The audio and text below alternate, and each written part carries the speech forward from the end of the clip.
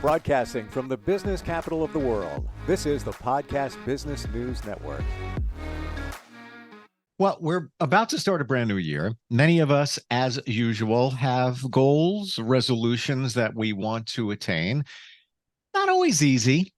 We're going to talk about attaining those goals, staying on track, staying empowered, and also staying positive, because with life today, it changes from moment to moment. You know, you can be in a great mood one moment with the best intention of staying positive. All of a sudden something happens, you get refocused, then you get frustrated, and then it kind of starts all over again.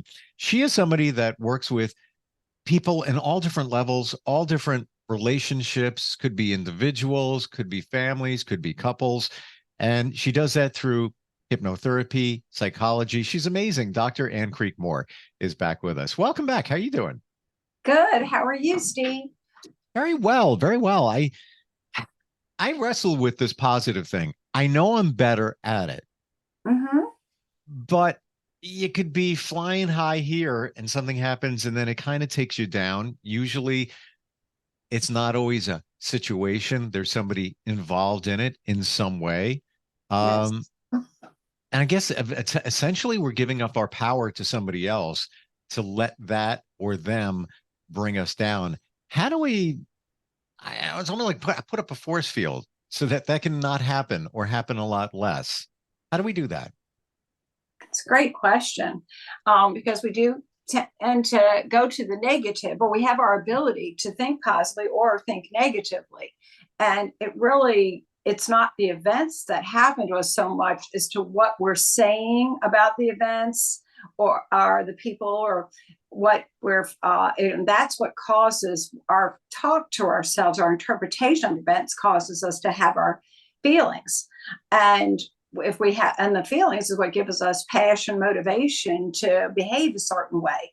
So if we put it in, and then the outcome is going to be, well, how do we handle things? And so if we can stay at the positive at all times, we're going to create the best outcome possible. Because we're going to have a positive attitude, we're going to do our best. And if we put forth our best self, we're going to create our best outcome. So it is really important to try to catch the negative thoughts, the negative interpretations, which could come from, things being triggered in ourselves, negative, bringing the negative past into the present, interpreting things certain ways, and then reacting to that instead of trying to keep our own minds steady and stable on the good, trying to always go and ask, hey, what's the good in this situation? How do I reframe this? Okay. Yeah. And that is a great way to look at it, looking at the positive side. And I know it's kind of rhetorical and we've heard it a million times before, but it goes back to gratitude. And it has been proven over and over again in research that if you have gratitude, you're grateful for what you have, no matter what it is, that it can move your life forward in like hyperspace, warp speed. It can move you like that, but we don't realize that. It's just because it just seems so, I guess, woo woo. It's just, come on, how can just being grateful really make that difference in your life? But I guess it does because it reframes you. Yes. I mean, think about it. Say two people have a job and they get a job performance evaluation with a couple constructive criticism, but it's a good one. And then the one person stays at the gratitude, well, I'm glad I've got this job and it's a good one. And now I've got things to learn. Look at the criticism, says, oh, this is challenge. I got new stuff. I just started, I'm growing. And then that person's going to feel motivated and positive. And they're going to probably behave and try to do well. And they're going to do well at the job with that attitude. Whereas if another person just goes from the lack of gratitude, like, oh, well, they criticized me on a couple of things, they're probably going to fire me. They don't like me here. Well, what feeling does that generate? I mean, then you feel down, and like lack and not gratitude. And you're going to be either all worried and not knowing what to do, or you're going to just kind of give up because you don't think it's going to matter. or something, have anger, and that's not going to lead to positive job performance. So it's not a woo thing. It's really what you need to do. We all need to be talking positively to ourselves to give ourselves that motivation, passion to move forward and do our best. Yeah, I'm very close to somebody in the situation that you just described. Started working Mhm. at this job beginning of June. Not a big fan of the job. Most of it's from home. She's done it before in other capacities. Not the best environment. Um, they're not so encouraging. Their culture doesn't seem, from what she's told me, not the best. And she was Mhm. worried about her job performance. And they even had said something to her like, "Yeah, you're not really reaching your numbers. I don't know." And even before that, and she has some anxiety, she'd be kind of freaking out over it. And I'm like, "Don't worry about it. If it doesn't work out, there will be another job. It's all going to be okay." And it turned out about a month or so ago, because of their improper training, that she was putting things in a certain folder and they weren't giving her credit for it. Oh no. Now, fast forward to her 6 month review, which came last week. She did great. I said, "See, you worried about it for no reason." And I know we've talked about that before, that I think it's like 93% of the things that we worry about never happen, never transpired. You're literally wasting your energy, your time on Right. all of that. And that kind of was her. I said, "Well, now you're in the driver's seat. Now they're looking at you like, well, she's pretty damn good." And she has to hit a certain quota for the week, or maybe it's a daily quota that adds up. I talked to her yesterday and she's like, "Well, you know what? I'm actually 30 ahead. So tomorrow, meaning today, she can kind of take the foot off the pedal a little bit and kind of relax a little bit more at work." But Mhm. we worry about this stuff, like, and Right. And it's not. anything, right. I know that's great. Congratulations for her. Um, so it's also another thing we can always say is like, well, what is the good in this? I mean, sometimes things happen, as we say, for a reason, and maybe Mm. we're learning something. And it, like I think you said that she was like had just started this job, and instead of thinking like, wow, I'm on top of everything and I can just slide by, because I'm so good, she kind of was feeling under the gun a little bit, like, wow, I got to really do this before.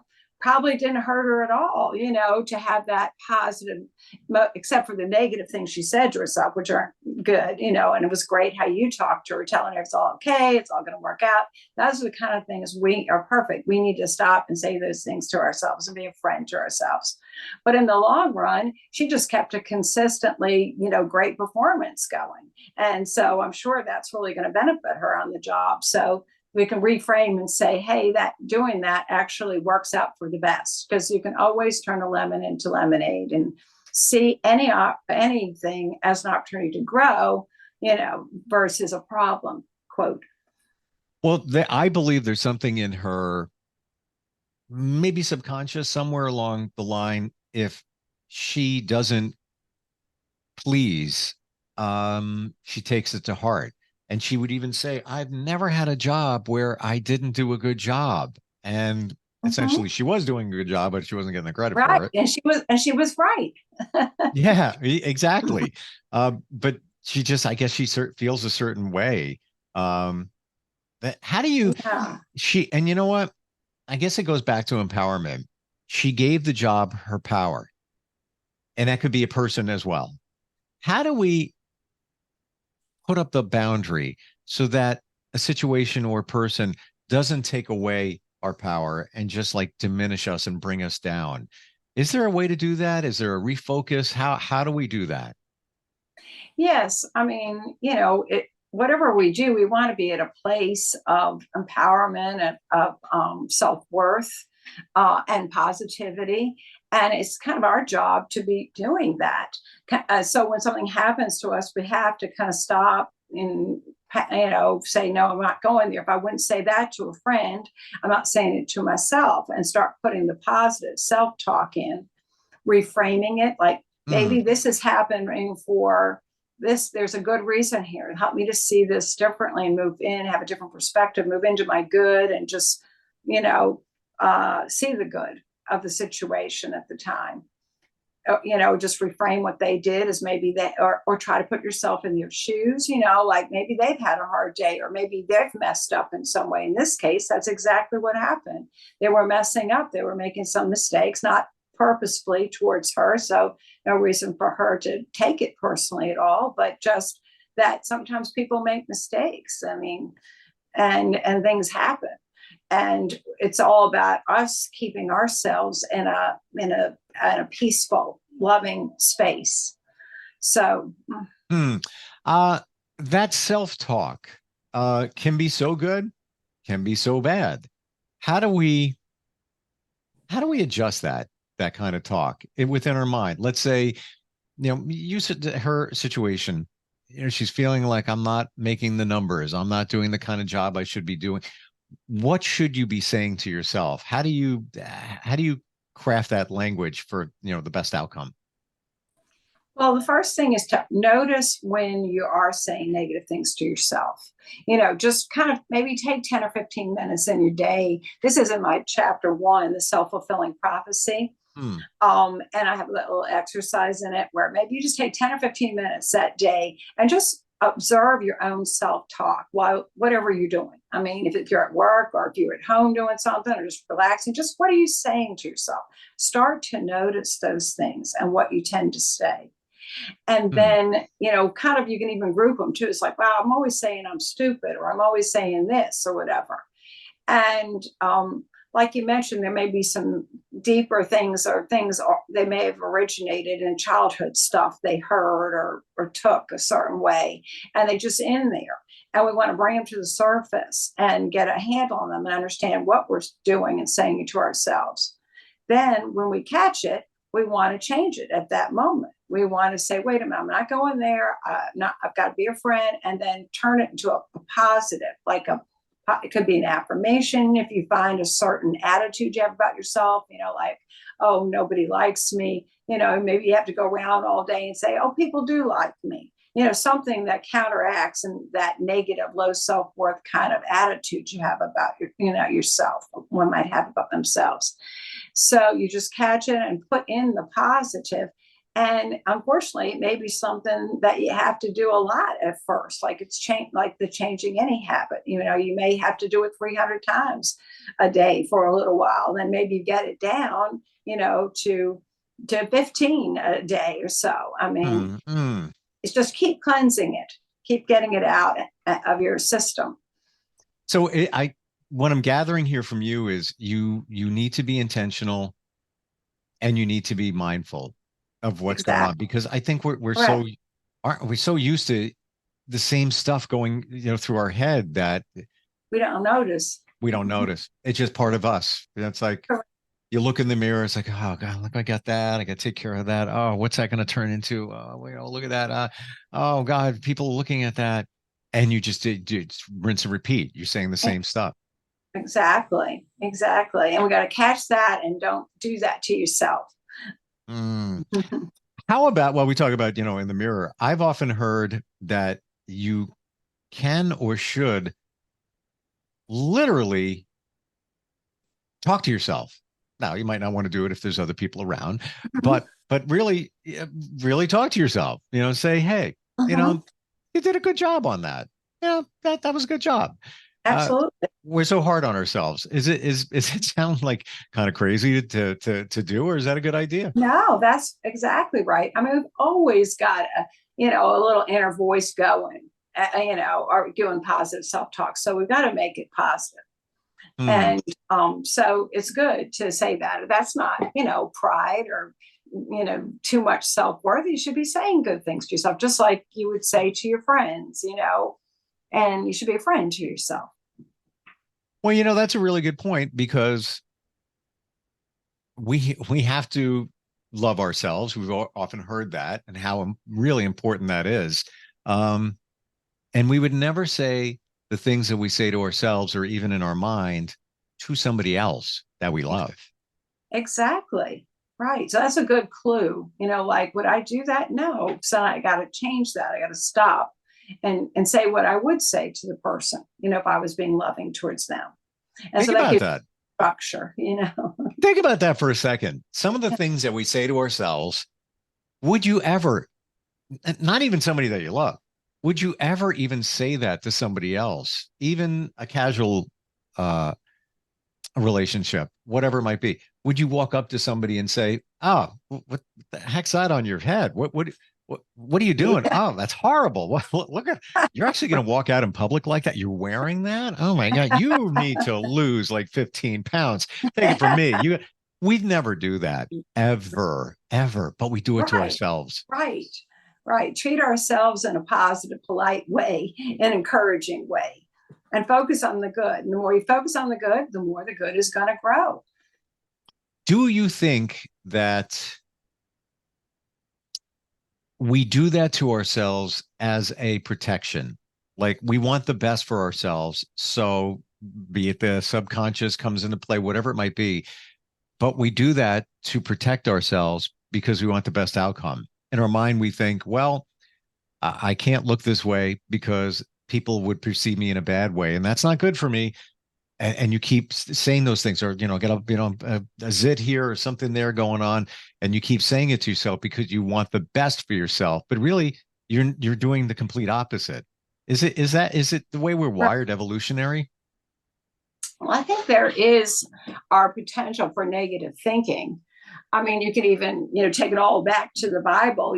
Adam and Eve, they're reaching to the tree of knowledge, as it's in the Bible, the tree, not to pick on one religion, but, the idea being that they reached to the tree of knowledge and good and evil, not knowledge of divine mind. They already had a tree of life of, all the goodness, and they're floating around supposedly, in the warmth of a lush garden, and then all of a sudden they eat from the tree of knowledge of and good and evil. They're up, with God, supposedly, co-creating and being at this high level of good. But then they start to think negatively. They have that ability. They have free will. They're co-creating. They're flying around naked and warmth, and all of a sudden they think to them, they take that the knowledge of evil, the ability to have free will to think negatively,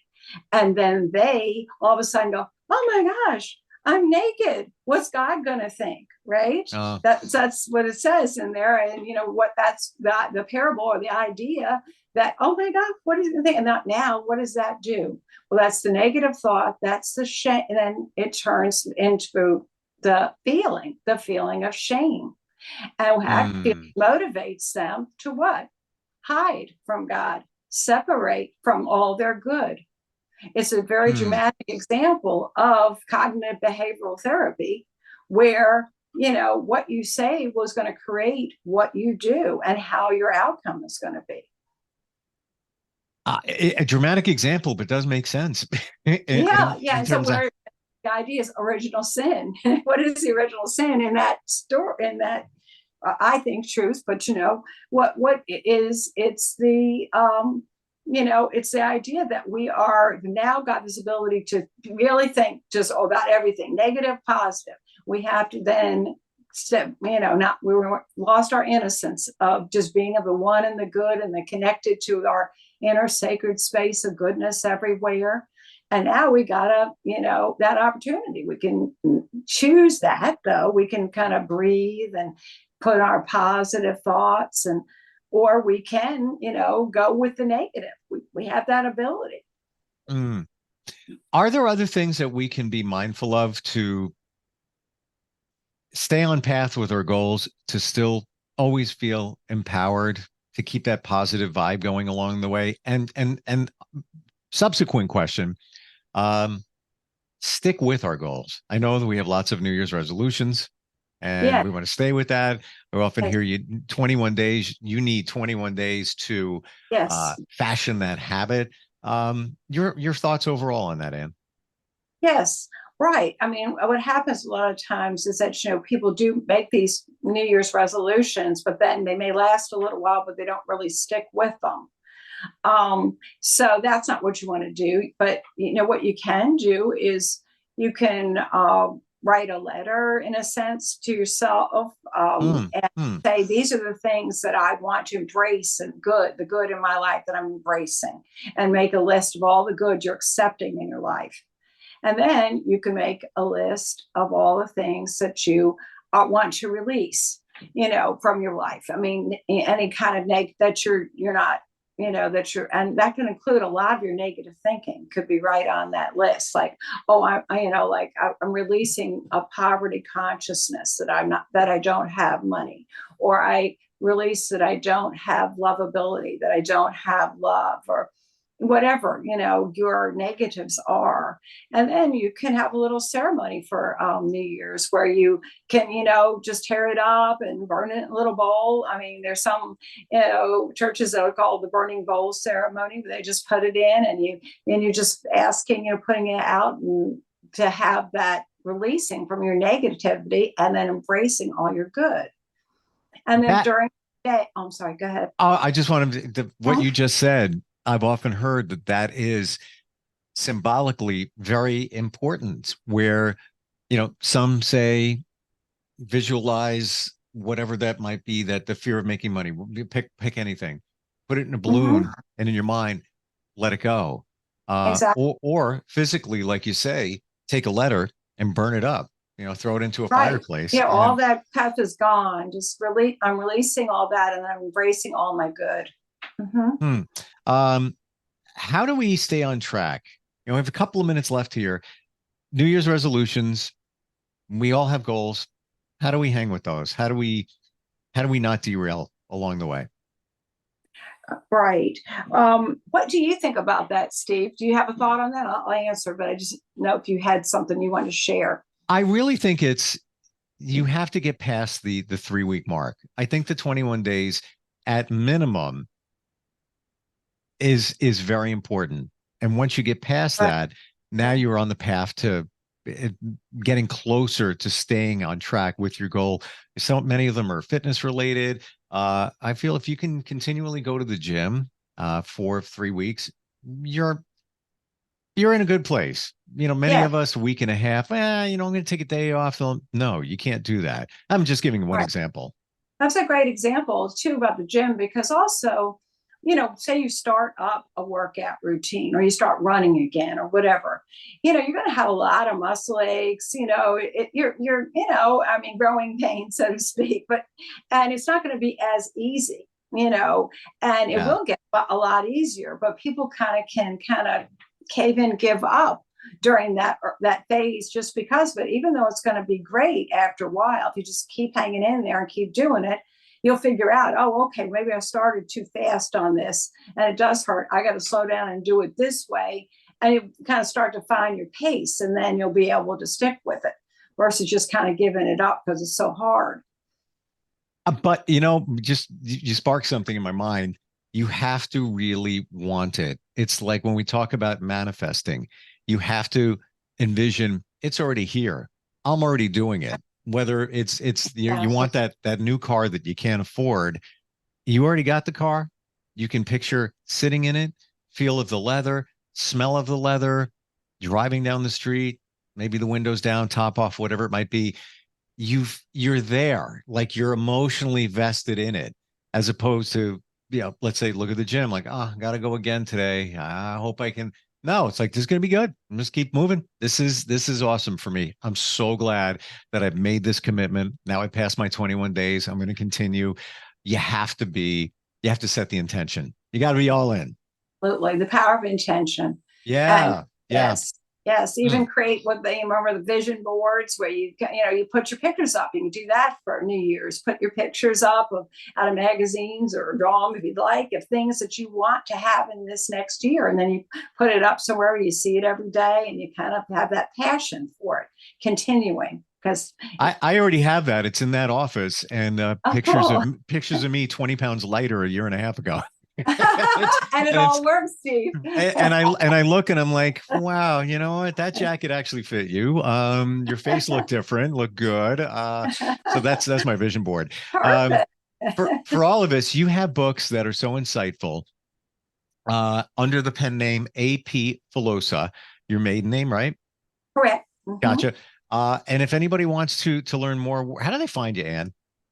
Yes, on my website for my practice, which is under Ann Creekmore, what I go by, is Psychologist in Virginia, all spelled out, Psychologist, plural, in Virginia.com. And that should have most of my information on it there. And I'm also starting up another website, Love Your Life Healing Center.com. So that may be up soon and people can, see the different books and also some of my hypnosis CDs or MP3s and things like that on there soon too. Awesome. Fantastic talking with you. It will be a great 2024. Absolutely. I'm manifesting. You are claiming you're good. No, you're claiming you're good. You are good. There's no need to go to the negative. It's all good. Happy New Year to you. And thank you so much. Too. We'll talk Thank soon. you Okay. so much, Steve. Talk soon. Thank you, Ann. We'll be right back. Are you looking for even more of the podcasts and hosts that you love? The Podcast Business News Network is proud to announce that you now have even more ways to listen live. Check out the MyTuner Radio, online radio box, and Simple Radio apps on iOS and Android, or find us online. Search for Business News Network on mytuner-radio.com or search Podcast Business News Network on streama.com and onlineradiobox.com/US. Take your podcast on the go and don't miss a minute of the action.